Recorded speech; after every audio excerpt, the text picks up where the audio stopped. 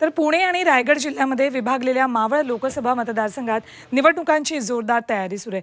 उद्याच्या मतदानासाठी EVM machine मतदान केंद्रांवर पाठवण्यात आली आहेत। या तयारीचा आढावा घेतला आमचे प्रतिनिधी कैलास पुरी यांनी।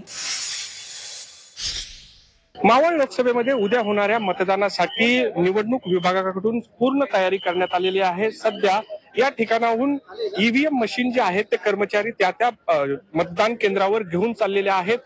मोठी सुरक्षा व्यवस्था या ठिकाणी करण्यात आलेली आहे। मावळमध्ये 25,86,000 मतदार जे आहेत ते त्यांचा मतदानाचा हक्क बजावणार आहेत। 2566 मतदान केंद्र आहेत, त्यातील 2 मतदान केंद्र संवेदनशील आहेत।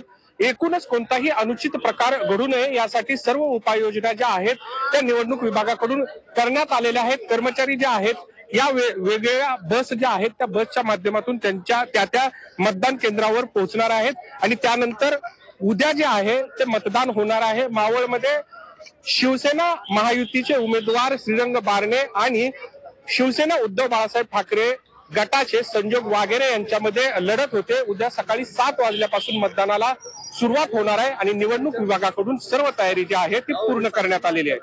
कैलास पुरी, झी मीडिया, पिंपरी चिंचवड।